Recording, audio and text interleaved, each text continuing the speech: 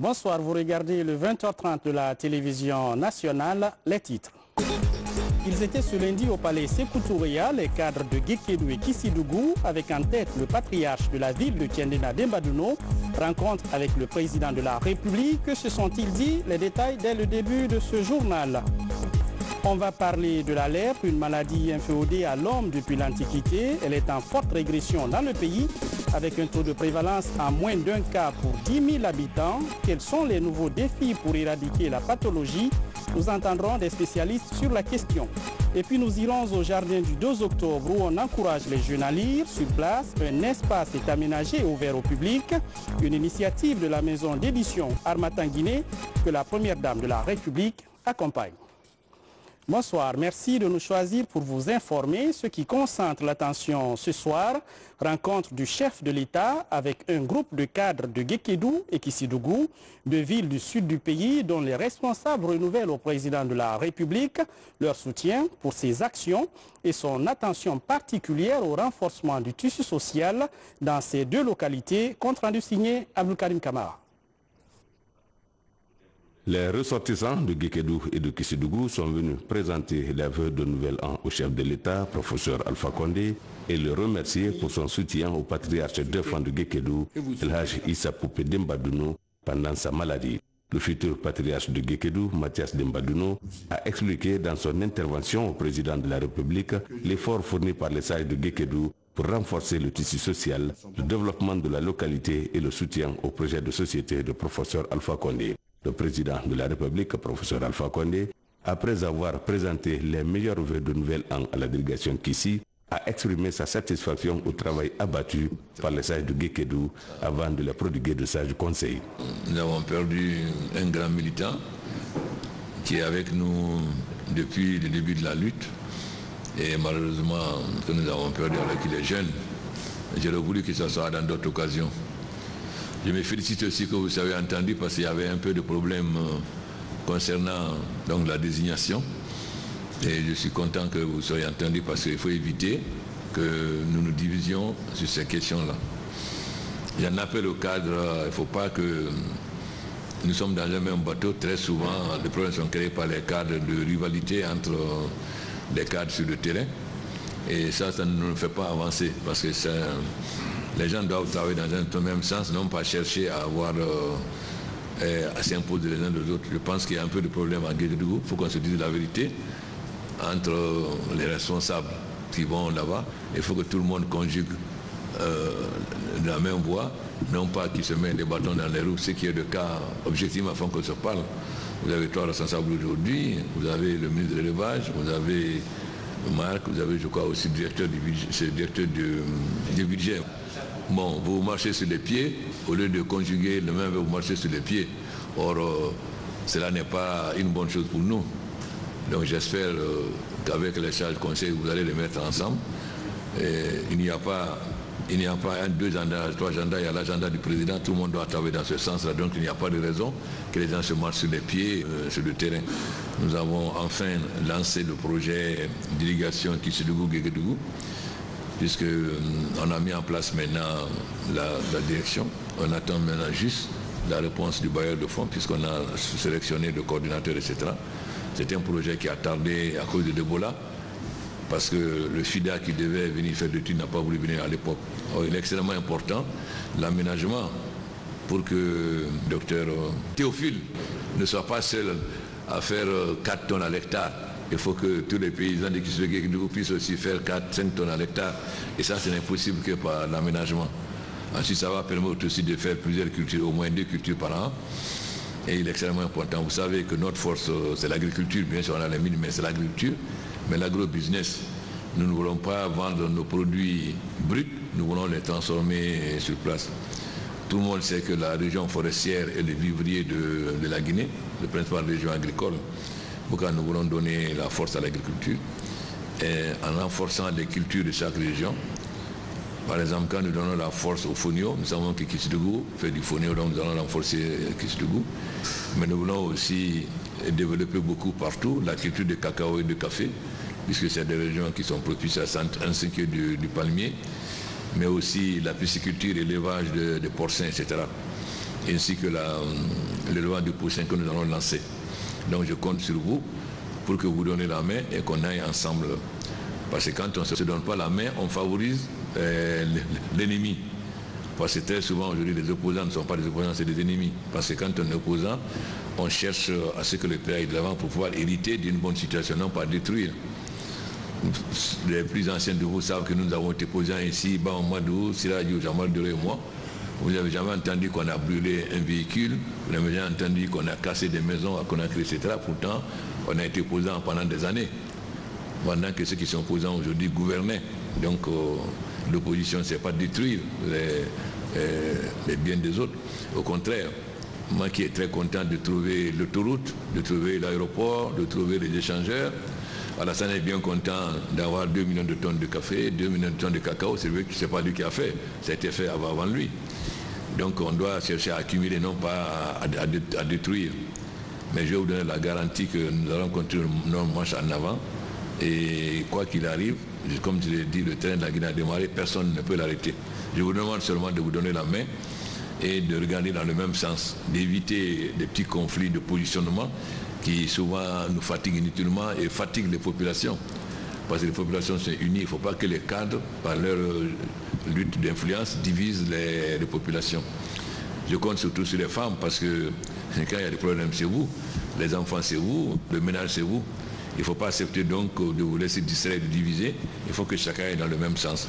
De toute façon, chacun doit faire son travail. Et on verra qui fait quoi. Il ne s'agit pas de lutter pour savoir qui va plaire le mieux au président. Chacun doit faire son travail sur le terrain. Nous sommes là pour travailler pour la population, non pas pour plaire au président, mais qu'est-ce qu'on fait pour les populations. C'est ça qui est le plus important. Parce que nous sommes tous là au service des populations. Donc nous devons nous préoccuper, qu'est-ce que nous pouvons faire pour changer les conditions de vie de ces populations. Je pense que ça doit être la préoccupation de tous les cadres. C'est normal que chacun cherche une promotion, parce que chacun veut, quand même, chacun va avoir une promotion, c'est normal.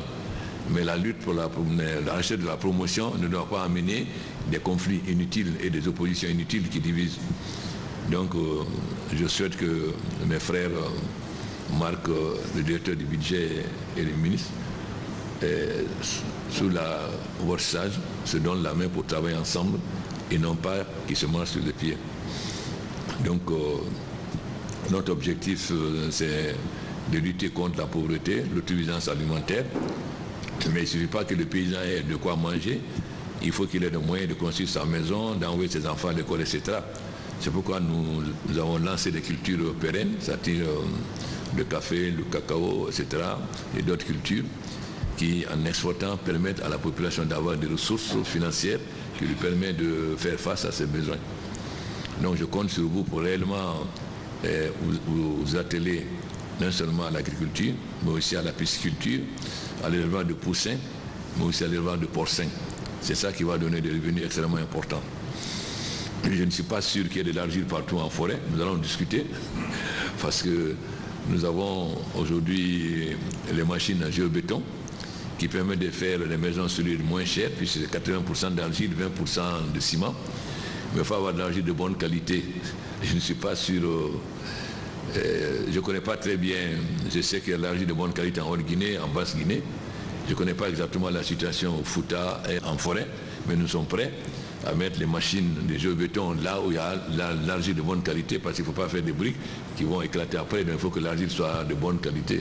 Parce que si on fait des briques, les briques géobéton sont si solides que le ciment.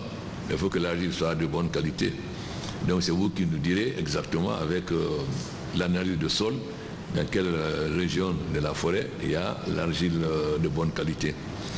Aussi nous avons, comme les paysans souvent n'entretiennent pas bien les tracteurs et les moissonneuses batteuses, nous avons préféré maintenant avoir une solution qui consiste à avoir des moissonneuses batteuses de charrues que les paysans louent, mais qu'on fait gestion privée. Parce que quand c'est l'administration, ça ne marche jamais bien. Parce que l'administration, les fonctionnaires ne s'occupent pas beaucoup des choses, ils s'en foutent. Quand c'est une gestion privée, donc nous avons formé des jeunes. Quand les tracteurs finissent de travailler, ils reviennent, on les entretient, donc ils peuvent durer très longtemps. et ça coûtera moins cher aux gens que d'acheter des tracteurs. C'est la même chose pour les machines batteuses. Nous avons commencé aussi à installer des rizeries. Pour le moment, on n'en a pas installé beaucoup parce qu'il faut qu'on voit le calibrage du riz guinéen avant d'en venir 2 minutes. Il faut qu'on soit sûr, en essayant, quelles sont les améliorations qu'on peut apporter. Pour le moment, on en a à Beila, à Sigini et à Mandiana, je crois. Mais au bout d'un an, quand nous allons bien nous connaître, nous allons maintenant commander les rizeries pour toutes les régions, en étant sûr maintenant que c'est adapté à notre type de riz. C'est pourquoi, en attendant, nous avons fait venir des décortiqueuses pour les jeunes. Évidemment, ce n'est pas la même chose. Une rizerie fait 5 tonnes à l'heure, alors que les décortiqueurs font 4 tonnes par jour. Mais la rizerie, c'est une usine, alors que le décortiqueur, c'est pour l'emploi jeune. Donc tout ça, ça va rentrer. Ensuite aussi, nous avons dit que nous allons développer la pêche. Mais comme les pirogues qui vont en mer, c'est différent des pirogues qui vont sur les fleuves, nous avons demandé à Sorel de prendre les moules des pirogues qui sont adaptées en Haute-Guinée et au Fouta, parce que ce n'est pas la même chose. Les pirogues qu'on va en mer, c'est la haute mer, alors que le fleuve n'est pas aussi dangereux. Parce qu'on ne va pas seulement donner des pirogues aux gens qui sont au bord de la mer, on va donner aussi aux gens qui peuvent pêcher dans les fleuves. Pour le moment, ce qu'on a fabriqué, c'est pour la mer, mais très rapidement, puisqu'on aura les moules, on pourra donc fabriquer aussi pour... Mon objectif, c'est que les Guinéens mangent en majorité le poisson et le poussin. Vous savez, on a trop de diabète, trop de crise cardiaque et trop d'AVC qui est dû à notre nourriture. Et je pense que parce qu'on mange trop de viande rouge, je passe mon temps à dire tout le temps on mange trop de viande rouge. Ensuite, on ne mange pas aussi assez de légumes. C'est pourquoi nous sommes en train de lancer les cultures sous serre pour permettre aux femmes de faire des cultures maraîchères toute l'année pour progressivement améliorer notre alimentation. Parce que l'alimentation se joue dans la santé.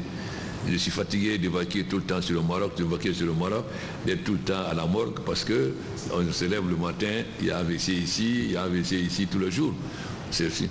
Et aussi, en plus de l'usine de raffinerie d'huile de palme que Haïtien est en train de construire, nous allons avoir des petites raffineries artisanales pour les femmes parce que l'huile rouge est très mal raffinée.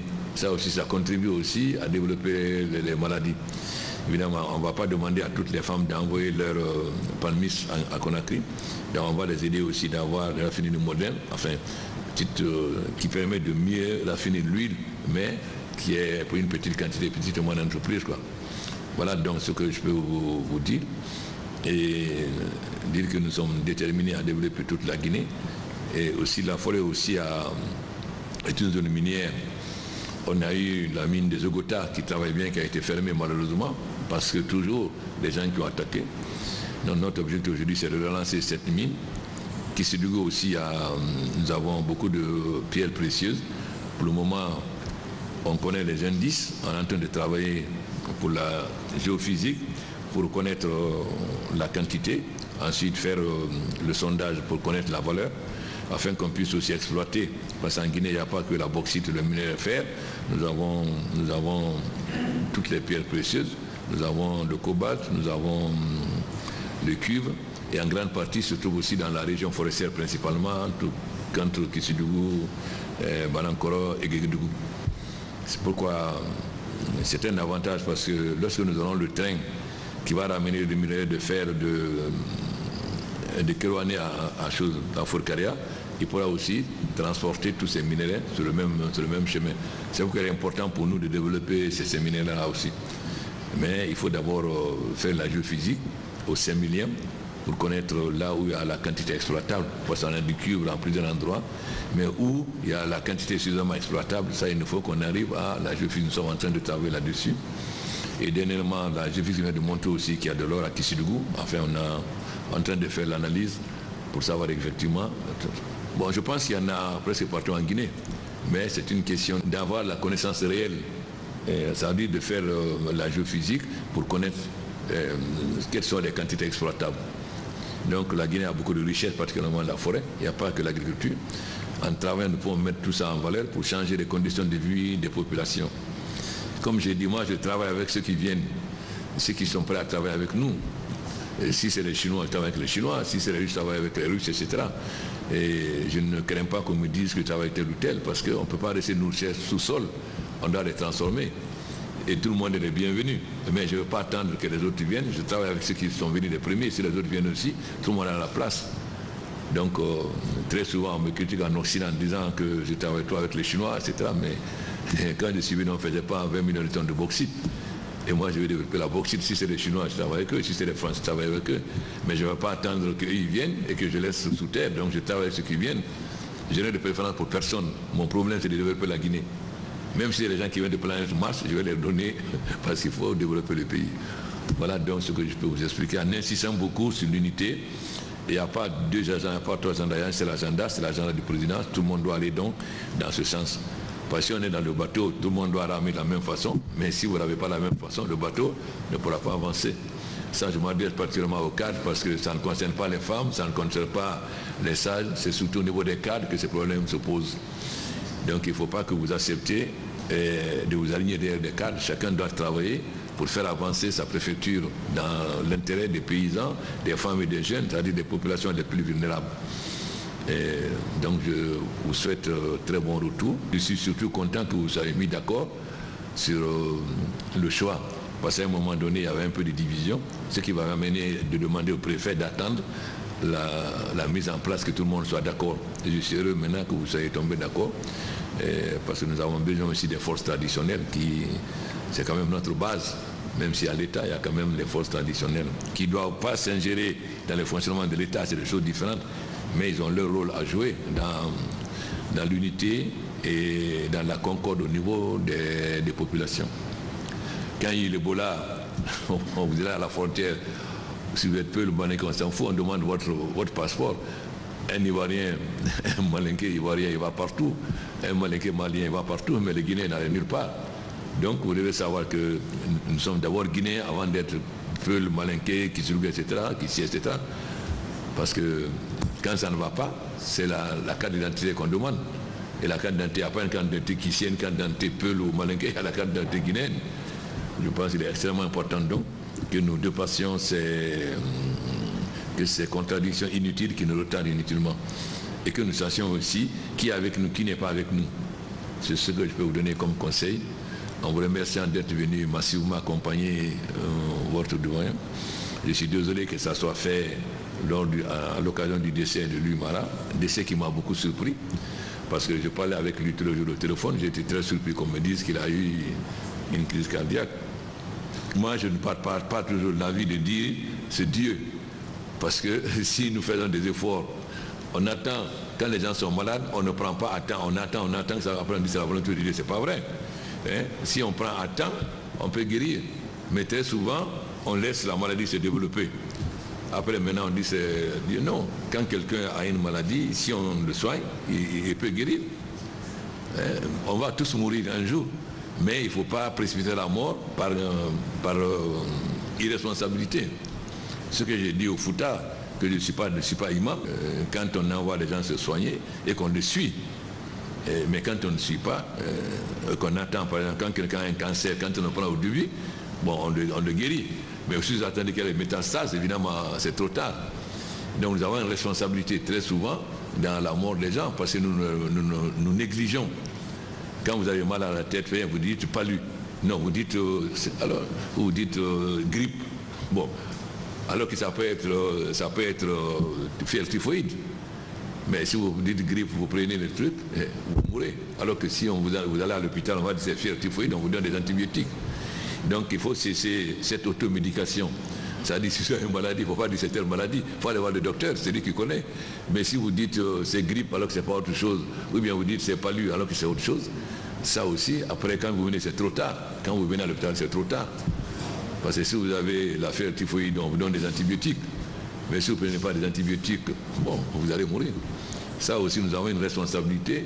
Et on doit veiller. Dès que quelqu'un est un peu malade, il faut tout de suite voir un médecin. Aujourd'hui, on a construit des centres de santé dans toutes les sous-préfectures. Mais vous préférez l'automédication. Bon, non, il faut aller à l'hôpital. Voilà donc ce que je peux vous donner comme conseil. Et aussi tout changer aussi progressivement notre nourriture parce que ça nous fait avoir beaucoup de diabète, beaucoup d'AVC, etc.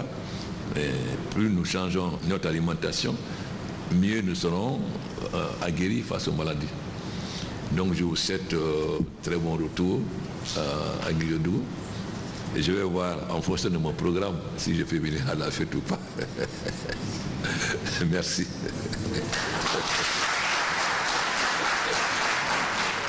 Les efforts fournis par le président de la République, professeur Alpha Condé, en Guinée forestière, dans le domaine de l'agriculture, des infrastructures, de la promotion de la femme et des jeunes, ont été étalés par le futur patriarche de Guékédou, Mathias Dembadounou. Il a remercié le président de la République, chef de l'État, professeur Alpha Condé. Éducation, on va s'arrêter à l'université Amadou Dieng. L'institution libère un groupe d'étudiants diplômés en licence baptisé Promotion Professeur Alpha Condé. C'est la 9e de l'établissement. Le nom a été dévoilé lors d'une cérémonie de remise de diplômes aux étudiants, comme le montre ce compte rendu de Sanassi Keita. Ils sont plus de 1500 étudiants de l'université Amadou Dieng, toutes options confondues, à investir ce dimanche 27 janvier 2019 l'esplanade du Palais du Peuple. Après plusieurs années d'études, ces jeunes se retrouvent ici aujourd'hui pour recevoir leur diplôme de fin de cycle universitaire, en présence surtout du président de la République.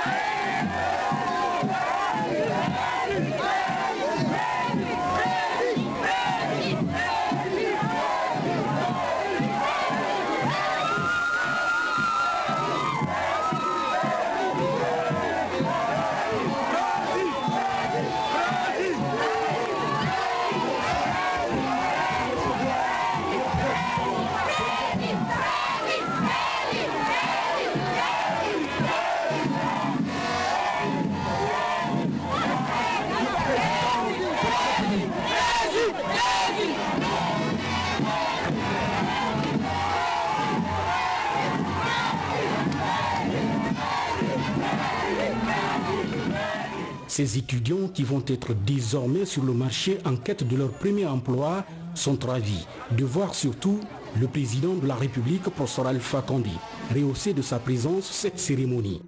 Cette cérémonie, nous en sommes conscients, marque la fin d'un cycle universitaire et ouvre un autre cycle, celui de la vie active face au combat quotidien à mener pour notre insertion sociale. La 9e cohorte de l'université Amadou Dieng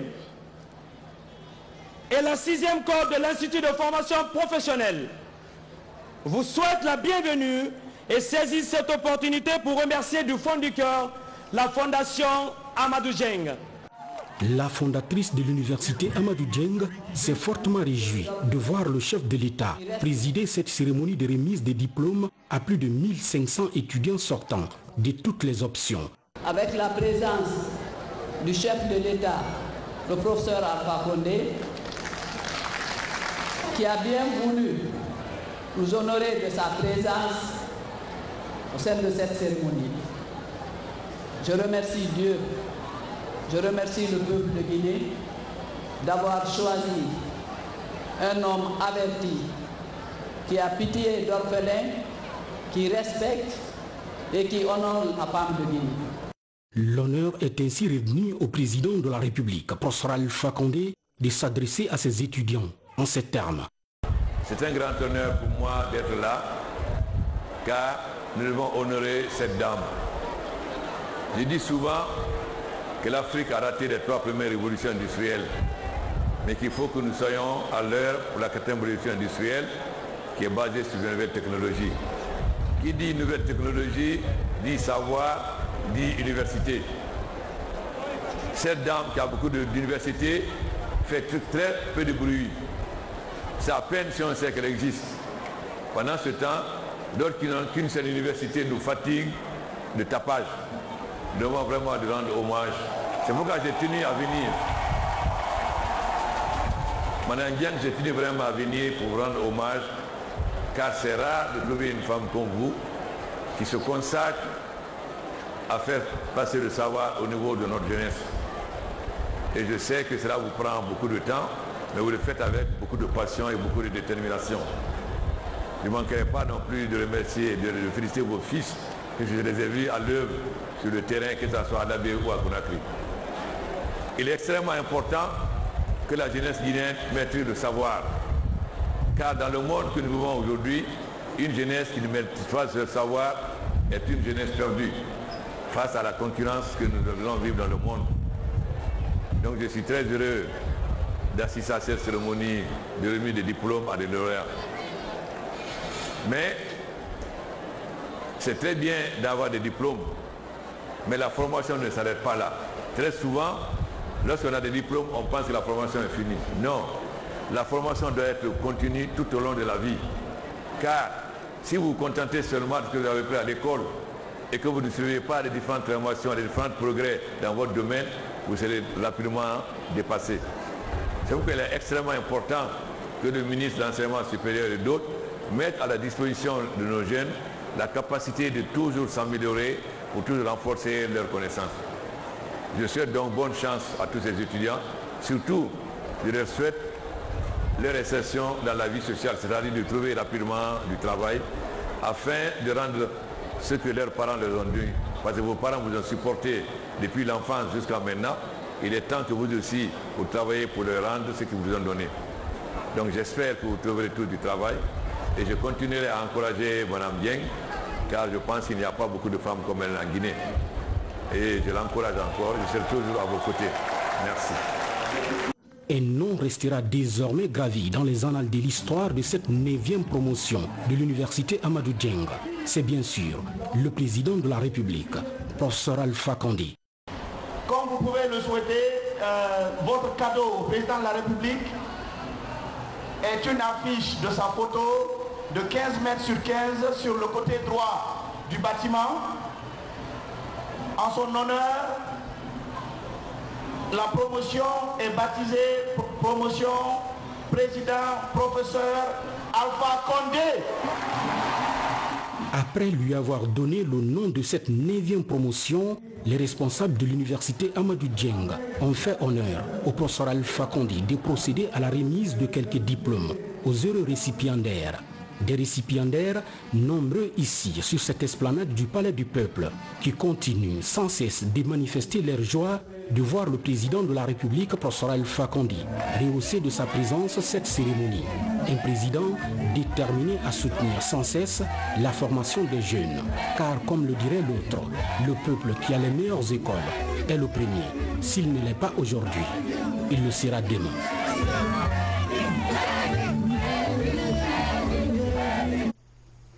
Chapitre santé, d'abord avec la vaccination contre le tétanos maternel et néonatal. La campagne est officiellement lancée en Guinée par la première dame de la République. Elle consiste à vacciner toutes les femmes enceintes ou en âge de procréer contre cette maladie. L'objectif, et vous allez l'entendre, est de contribuer à réduire la mortalité maternelle et infantile. Ali Badra Condé.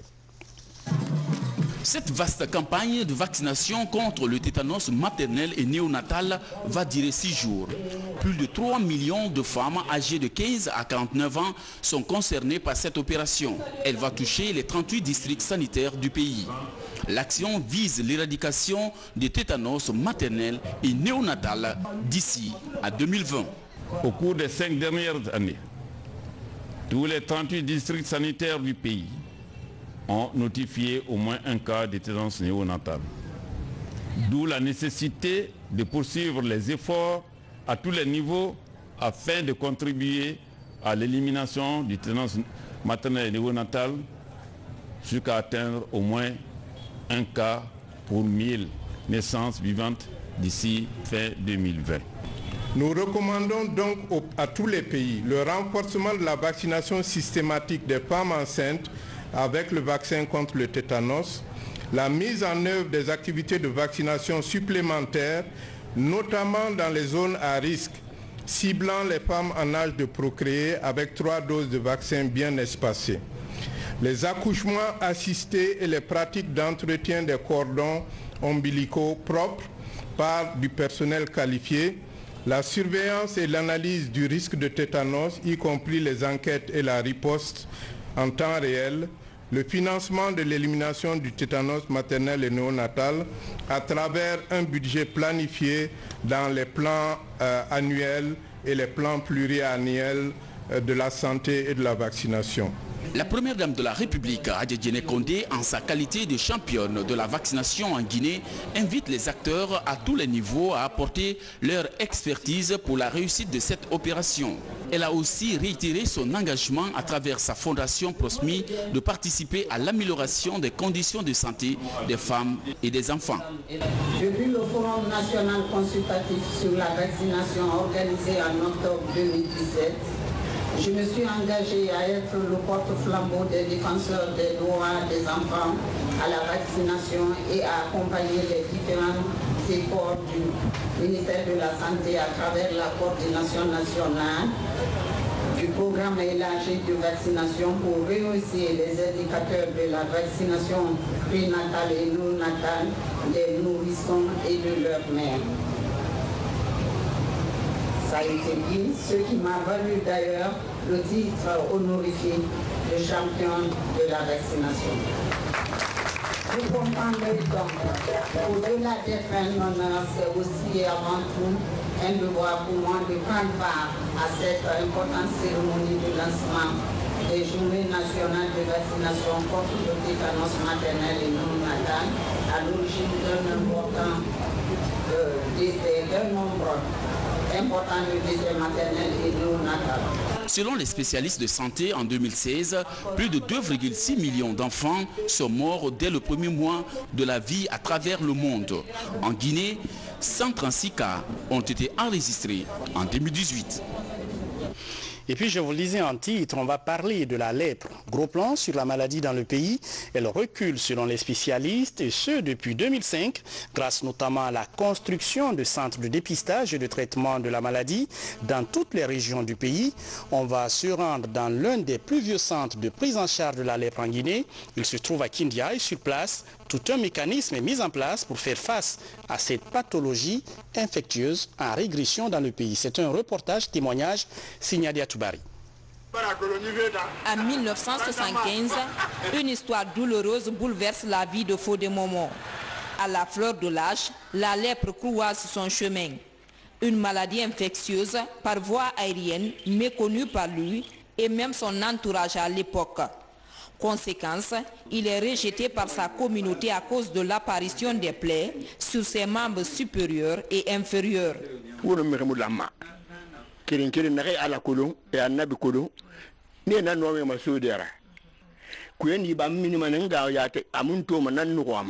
Lorsque la maladie m'a attrapé, tout le monde m'a fui parce que j'avais des plaies sur mes mains et pieds. Et un jour, on m'a envoyé à Kindia.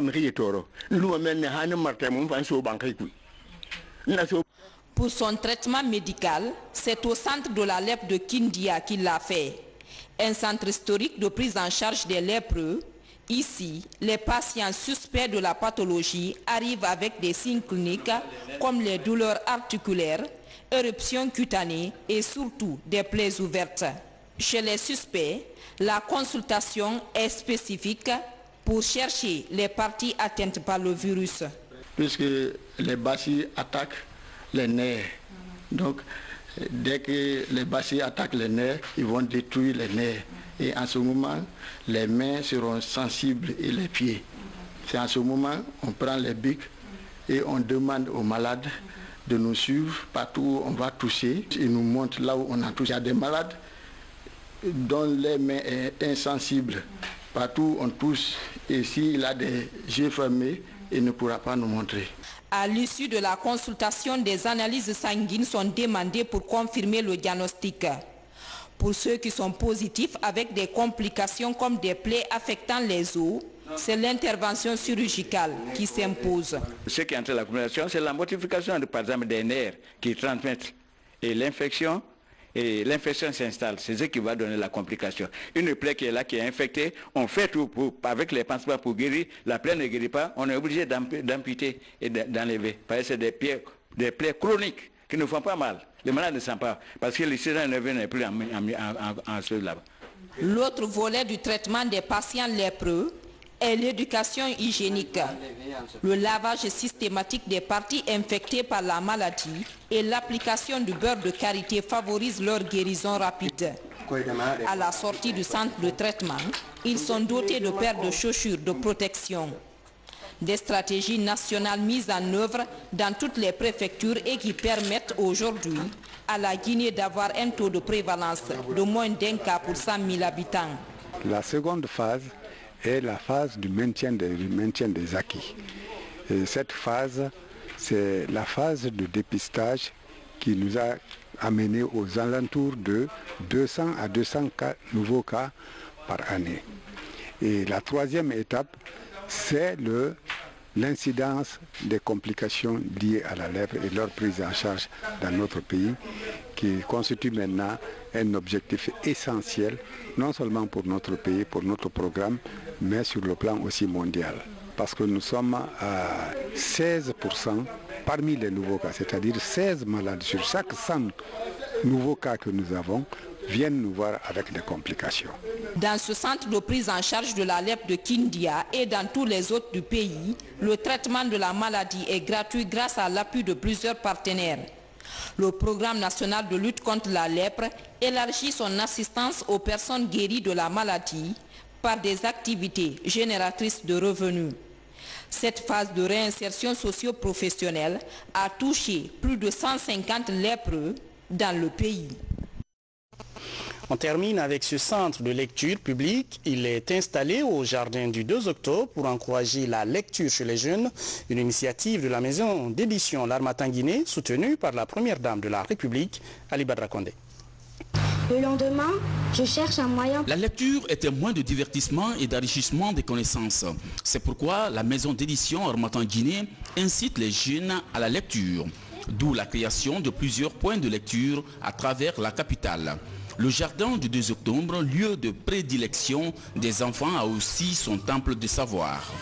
L'infrastructure est financée par le Fonds des Nations Unies pour l'enfance à hauteur de 20 000 €. Le premier des investissements, c'est l'investissement en faveur de l'enfant. Ces enfants qui sont là avec nous, à travers ce centre de lecture, auront des opportunités de voyager, de découvrir le monde, sa richesse, d'aller à la rencontre d'autres civilisations, d'être créatifs, de libérer leur génie créateur. Cette nouvelle infrastructure va également servir de lieu de retrouvailles à certaines associations de jeunesse comme le Parlement des enfants. Le Parlement des enfants de Guinée, dans sa dynamique de plaidoyer auprès de gouvernements et des partenaires au développement, suscitera plus d'engagement pour la démultiplication de ces points de lecture à travers les différentes régions de notre pays, afin que les populations à tout endroit puissent y accéder. Je voudrais saisir cette opportunité pour remercier les promoteurs de Conakry, capitale mondiale du livre, pour les résultats obtenus au cours de la période dédiée à l'événement, mais aussi solliciter que ces lieux servent de point de rencontre et de travail pour le Parlement des enfants de Guinée. Nous, en Guinée, encore une fois, on veut le livre. C'est ça notre vision. Mais on ne peut pas s'autoproclamer capitale africaine du livre. Il faut du travail. Il faut que toute la Guinée se réveille. Le président de la République nous a signalé pendant la clôture. Il dit que le gouvernement de la République sera à nos côtés. Notre souhait, que vous soyez notre ambassadrice pour mener ce projet à bout, Madame la Première Dame. La Première Dame de la République, très attachée à la formation des enfants, a tout d'abord exhorté la jeunesse guinéenne à la lecture avant de solliciter auprès des partenaires la construction des points de lecture à travers le pays. J'implore les bailleurs pour que ce centre soit reproduit non seulement à travers la Guinée, même dans les sous-préfectures, qu'à travers ces centres, il y a des femmes illettrées aussi dans nos sous-préfectures qui peuvent être initiées, cette fois-ci pas par les grands, mais par leurs enfants qui pourront être alphabétisés. Donc vous voyez que ce projet qui commence doucement peut devenir un projet de développement pour la Guinée, puisque l'éducation, le savoir est quelque chose que nous devons appréhender et que nous devons transmettre à nos enfants. Au total, 15 points de lecture sont aujourd'hui disponibles dans la capitale. Ces infrastructures sont le fruit de l'événement Conakry, capitale mondiale du livre. En bref, dans le cadre des conférences de presse du bilan des départements ministériels, la ministre de l'Agriculture s'est prêtée à cet exercice ce matin. Le développement de son secteur ces dernières années a été largement présenté. Nous vous présentons le compte-rendu de cette conférence de presse dans nos prochaines éditions d'information. Et puis ce communiqué du ministère de l'Économie et des Finances. Conformément aux dispositions de la loi organique relative aux lois de finances et à ses textes d'application, le ministre de l'Économie et des Finances rappelle aux responsables des services publics et ceux des établissements publics à caractère administratif, EPA, que leurs ressources doivent être déposées et gérées au sein du compte unique du Trésor, ouvert au nom du Trésor public dans les livres de la Banque centrale de la République de Guinée. Pour permettre l'opérationnalisation effective du compte unique du Trésor, le ministre de l'Économie et des Finances invite les responsables des services publics et ceux des établissements publics à caractère administratif, EPA, n'ayant pas encore transféré les comptes de leur structure ouverts dans les banques commerciales, à procéder à la fermeture des 10 comptes et à leur transfert à la paierie générale du Trésor correspondant du Trésor au plus tard le 31 janvier 2019, délai de rigueur. Au-delà de ce délai, le ministre de l'Économie et des Finances usera de moyens légaux à sa disposition pour le respect de cette mesure. Le ministre de l'Économie et des Finances s'est compté sur l'esprit de franche collaboration des responsables des structures visées par le présent communiqué. Mamadi Camara. Voilà, c'est tout pour les infos. Merci de nous regarder à Guékédou, Kissidougou et Koundara. Demain à 13h, vous serez avec Alia Camara. Je vous attends à 20h30. Bonsoir et restez fidèles à la télévision nationale.